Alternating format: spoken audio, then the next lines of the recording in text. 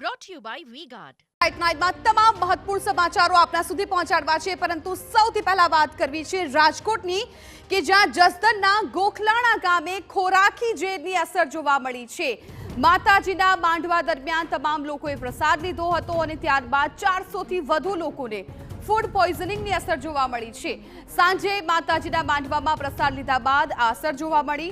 Food પોઈઝનિંગની ઘટનામાં બાળકોને વધુ અસર થઈ હતી। તમામને સરકારી હોસ્પિટલ તેમજ આસપાસની ખાનગી હોસ્પિટલમાં સારવાર માટે ખસેડવામાં આવ્યા છે।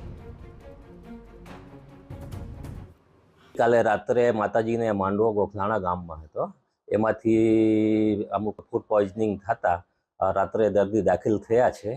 વધારે સંખ્યામાં પ્રાઇવેટમાં બી ગયેલ છે। કેટલા બાળકો છે, કેટલા આ મોટી ઉંમરના છે? એમાં 20 થી 22 જણા છે।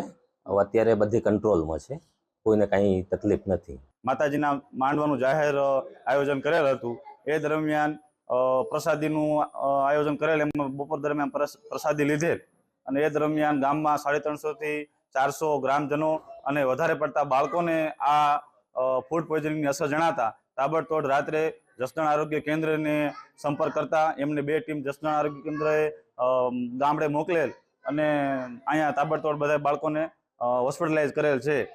Brought to you by V-Guard.